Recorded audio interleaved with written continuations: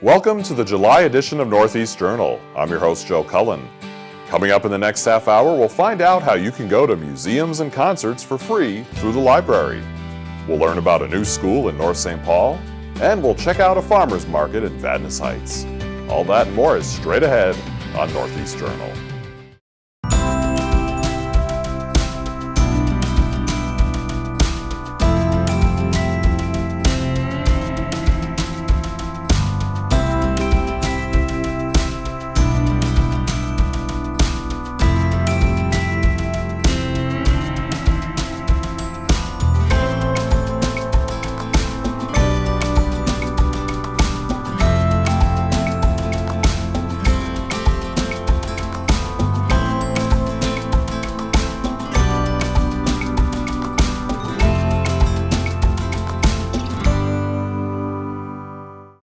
Hello everyone and welcome to the July edition of Northeast Journal. I'm your host, Joe Cullen.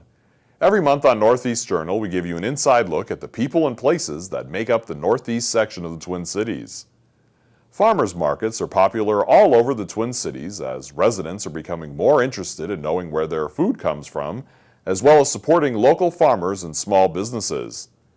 The Vadnais Heights Economic Development Corporation has teamed up with the St. Paul Growers Association to launch a new farmers market in Vadnais Heights. We stopped by to take a look at how things are going there. Residents of Vadnais Heights don't have to travel very far anymore to go to a farmer's market. This is the second week of the inaugural season of the Vadnais Heights Farmers Market. This initiative was part of something that we were a part of with a group called the City Center Task Force. So it was made up of business owners from the area in the County Road E corridor, in addition to some city representatives, to bring more vitality and events to the city center core area of Vadnais Heights, and this is one of the successful projects. The Vadnais Heights Economic Development Corporation worked closely with the St. Paul Growers Association to bring this farmers market to the community. Vadnais Heights City Administrator Kevin Watson is thrilled that the farmers market is now a reality. Real excited to have the farmers market. I think they're great amenities and attractions, especially for the locals and hopefully some outside visitors. So we're real excited as a city and the city council and city staff to have such a great, unique event here weekly until the end of summer. Besides fruits, veggies, desserts, and other foods, you'll also find ways to support the community at the Vadnais Heights Farmers Market. The White Bear Area Emergency Food Shelf has a booth at the market where shoppers can donate money and buy a reusable tote bag. Yeah, we're really excited to be a part of the farmers market, to offer an opportunity for people to buy an extra bunch of vegetables and donate it to a neighbor in need. We were really excited to work with Ling and the St. Paul Farmers Market to allow folks to use their EBT cards here too, and to participate in the Market Bucks program to get increased access to healthy foods for all our neighbors. Each week, a different community organization will also be on display at the farmers market. Recently, Bear Power, which is a partnership between health partners and area schools, was the featured community organization. Well, the farmers market's a perfect place because we have our veggie vote, and we get parents and kids to say yes or no to fruits and veggies. And as you can see, most of the kids and parents really like what they're eating today. It's a cherry tomato and a cauliflower. We have our resources here, and we're actually kicking off our Veggie RX program in the local clinics, the Health Partners clinics. If you come in for your checkup appointment and you have a kid, you can get a $10 coupon to either Cub or Festival Foods. The Vadnais Heights Farmers Market runs every Wednesday from 2 to 6 p.m. in the parking lot of the Helen Hoole Medical Building. Once again, the Farmers Market in Vadnais Heights is held every Wednesday until September 28th from 2 to 6 p.m. in the parking lot of the Helen Hoole Medical Building near the intersection of County Road E and Labor Road. Let's switch gears now and learn about the Smart Pass program. This is a brand new arts access program open exclusively to Metro Public Library users, including those in Ramsey and Washington Counties. Let's learn more about it. The Twin Cities are noted for its wide variety of arts experiences and culture. Now, library card holders in the metro area can get free admission to many events through a new program from the Metropolitan Library Service Agency, or MELSA. This one is Smart Pass with a capital A-R-T. It's an arts access and arts outreach program that we are offering through the 7-county metro public libraries and then the St. Paul Public Library, which is a city system. And with a library card, you can get in and find some tickets to some amazing arts opportunities. Several years ago, MELSA offered the Museum Adventure Pass in metro libraries. The Smart Pass is similar to that program, but now you don't actually have to go to the library to get free passes. You can do it all online. So with Smart Pass, it's web-based, so you can just log on, find some tickets for some events you'd like to attend, and reserve them.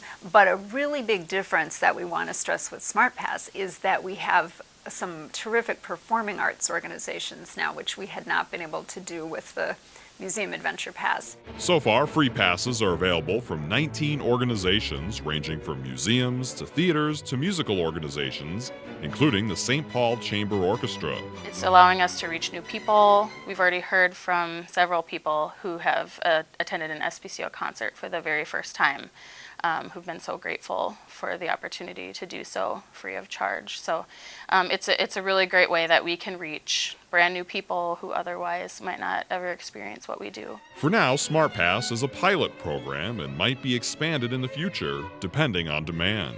It's a great way to see what all of our arts organizations have to offer, have some new experiences. To check out a Smart Pass, visit smartpass.melsa.org or look for a link on your local library's website. It's time for a short break. We'll be right back to learn about the North Metro Flex Academy in North St. Paul. I'm Ron Hawkins. And I'm Tracy Minarchuk. We're the hosts of Lake Area Beat. There's nothing like a cup of coffee to get the morning going. Absolutely. We'll show you how coffee also got some important conversations started when surprise customers at a local McDonald's got more than what they bargained for. Generous donations from several local businesses are keeping White Bear Lake residents safe. We'll have those details as well as highlights from the MS 150 bike ride with a biker's seat view. We'll have these stories and much more. Check us out. Hello everyone, I'm Paul Anderson, host of North St. Paul Notes on Channel 16. North St. Paul Notes is a monthly show that will keep you up to date on the news and events that are of interest to the residents of North St. Paul. This month we're going to talk with City Manager Jason Zemer and Mayor Mike Keene. So make sure you don't miss the July edition of North St. Paul Notes right here on GTN Channel 16.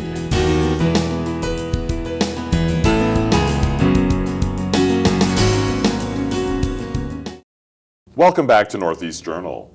North Metro Flex Academy is a new tuition-free public charter school in North St. Paul offering a comprehensive curriculum supported by technology. I'm joined in the studio today by the principal of North Metro Flex Academy, Terry Prevet. Terry, I want to thank you so much for joining me today. Thanks for having me. Now, first off, I gave a little background, but for our viewers, can you tell us a little bit more about what exactly North Metro Flex Academy is? Okay, North Metro Flex Academy is a small charter school located in North St. Paul. We will be serving kindergarten through 4th grade students from the Oakdale, Maplewood, and North St. Paul area. We will start out as a kindergarten through 4th grade with about 150 students coming in September for our first year. Now, I understand you have a background, many years in the education field, Right. but also many years with charter schools. Correct. I started in Duluth in 1997 with one of the first schools in the area, the Edison schools, and since then I've been working with charter schools in both Duluth, Minneapolis, and now St. Paul. And what prompted you to decide that you wanted to start North Metro Flex Academy? Well, there are no other charter schools located within the ISD 622 boundaries, so it was a good place to start, giving parents in that area another option aside from traditional public schools and private schools. So that was why we chose that location.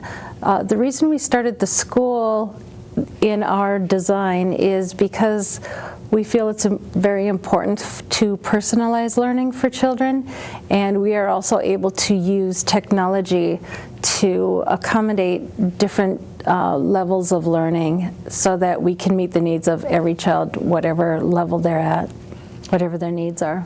So yeah, I mean, what are the reasons a parent might, decide, what, maybe the public school system's fine, but this is something that I think would be better for my child? Well, in the traditional public schools, for one thing, class sizes are getting bigger and bigger every year.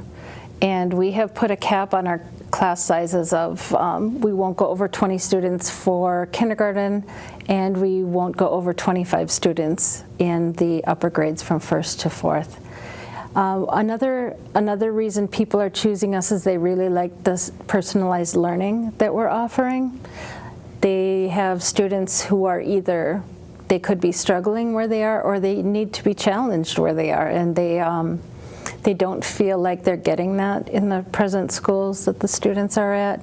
So they're very excited about how we will be able to, like I said, work with technology to make sure that everyone is achieving and progressing as far as they're capable of going.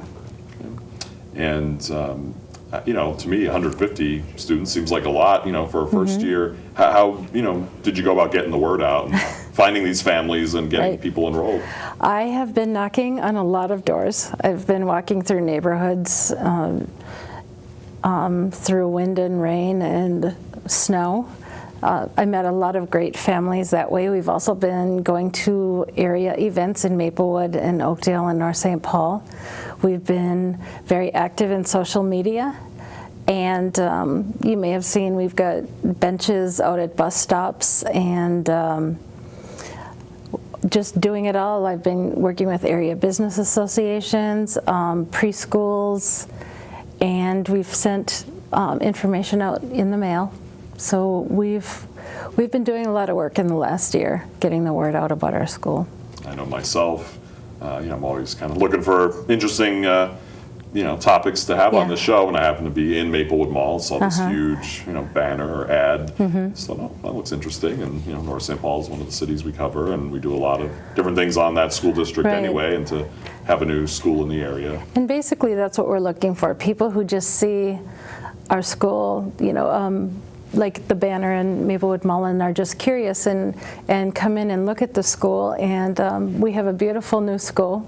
It's the former atrium building in North St. Paul, which we have completely redone and put 14 classrooms in. And once parents come in and see our school, they're very happy to ask more questions about the curriculum and seem to be very excited about the new school. We have almost reached our goal for enrollment, so very soon we'll be starting up waiting lists, but we do at this point still have openings at each grade level. And I imagine you guys, the city of North St. Paul is probably excited to have you. I know they're always looking to attract new businesses or different things and have some diversity to it, so to have this new Flex Academy there. And we are also going to be starting to build a playground, which will be open to both the school and the community of North St. Paul, the downtown area, which when we talked to North St. Paul Parks and Rec about it, they were very happy to be able to help us out with that. And so there will be not only a new school in North St. Paul, but also a new playground for the community right near the downtown area. Great, and I understand that was through like a grant that you'll be able to get that playground. We applied for a grant through Kaboom, which is a nonprofit organization that pairs up corporate partners with schools that are looking to improve their play area. The Kaboom company is a very strong advocate of play and getting kids out playing and exercising. So what they try and do is provide play areas to get kids out of the house and out playing. And what they do is they combined, or they set us up with a corporate partner, which for us happened to be Foresters Finance. Forest Source Financial, I'm sorry. And so they will contribute a sum of money to purchase playground equipment, and we provide the community labor. So we plan it, we design it, and on September 24th we will need 200 people to help us build it, and it will be built in one day. So anyone out there who is looking for a community service project, we would love to have you get in contact with us as far as helping us out on the build and design day. And there's more information on our website at northmetroflex.com. So if you or your organization are interested in having a fun day, we'll have lots of food and games for the kids, and we'll put that playground up in a day. I imagine that's the kind of thing that, you know, a person will have a lot of pride about, you know, for years to come, to be able to, you know, not many of us can say, hey, you know, I helped build that playground that you're looking at. Kids can say, my mom and dad worked on that playground. Yeah. They built this playground we're working on.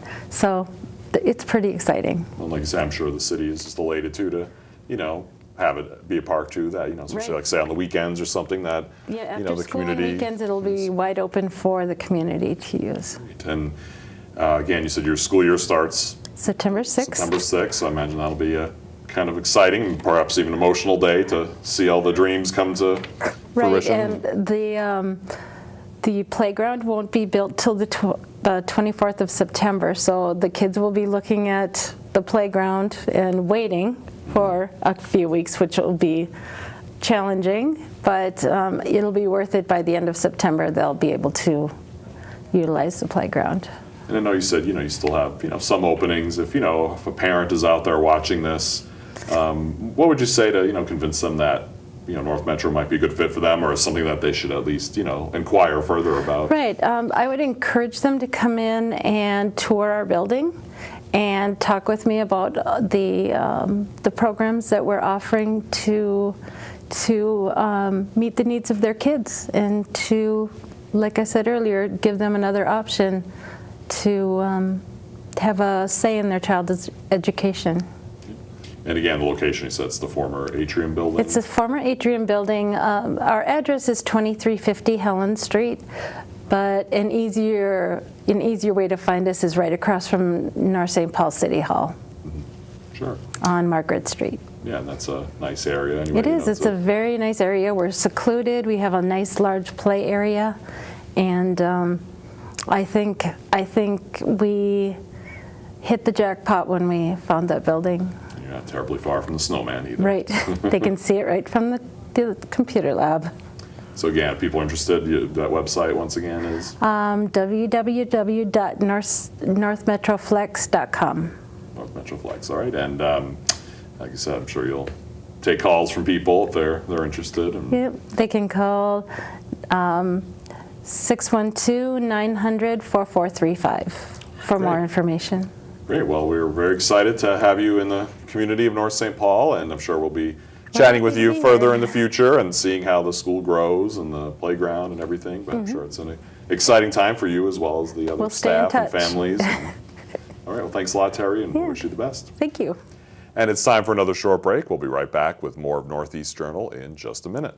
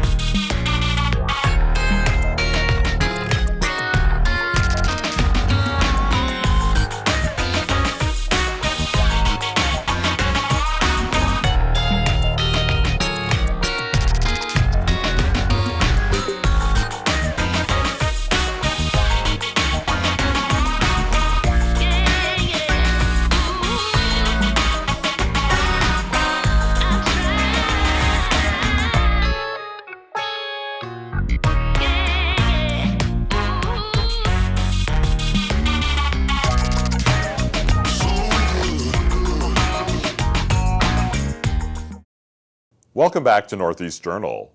There are new items you can check out at the library in White Bear Lake, But these recent arrivals aren't books or DVDs, they're seeds. Let's learn more about the Seed Library. There are certain things you expect to see in a library. Books, movies, computers. But seeds? Sure enough, you'll find a new seed library at the Ramsey County Library Branch in White Bear Lake. Horticulturist Pam Frink read about other states that have seed libraries and thought White Bear Lake should have one too. I thought it would be a great way for the community to be involved with gardening and to understand.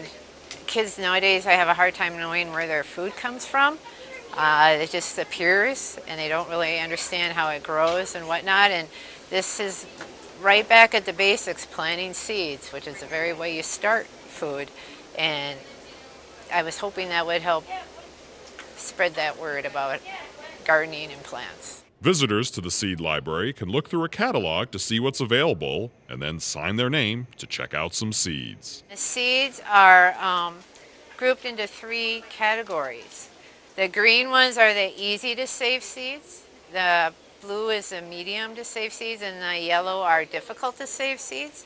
And it doesn't have anything to do with how hard it is to grow the plant. It has to do with how hard or easy it is to save seeds and make sure they don't get cross-pollinated by a different variety of the same type of plant. You then take your seeds home, plant them, and enjoy the harvest. Grow those seeds during the summer and then save some of the fruit and save the seeds from those, like from your tomatoes or your peppers, and then bring them back to the library. Because it won't, that's the whole point, is that it's self-sufficient. So people need to save their seeds and bring them back so that next season we can hand out those seeds to other people. Frink says the easiest seeds to save come from lettuce, peas, tomatoes, and sweet peppers. So far, she's heard nothing but positive feedback from patrons of the Seed Library. A lot of people don't know what it really is to begin with because it's kind of a new concept here in Minnesota. But once they find out what it is, they think it's a great thing. And I'm hoping that as word spreads, there'll be more and more people who will use the library and then also bring back seeds so that we can continue on offering lots of different varieties of tomatoes and peppers and whatnot. You can check out seeds at the library in downtown White Bear Lake. The Oakdale Area Chamber of Commerce recently held their annual family picnic and business appreciation lunch. Photographer Nicholas Anderson was there to capture some highlights.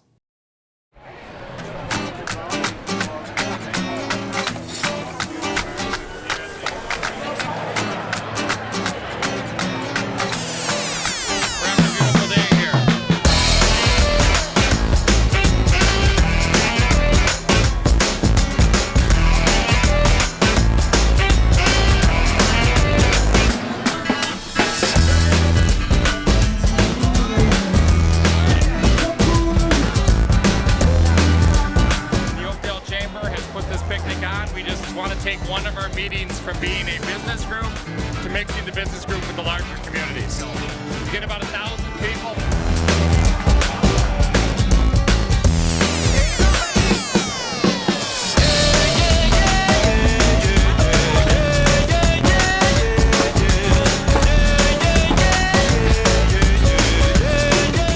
We're hitting those puffy things, and then we're playing that, and then we're doing basketball. How fun is it? You guys having fun? Nice. It's open to all the residents, and it's really popular. It's kind of grown bands and playing stuff for the kids, and kind of a picnic meal and a great tradition.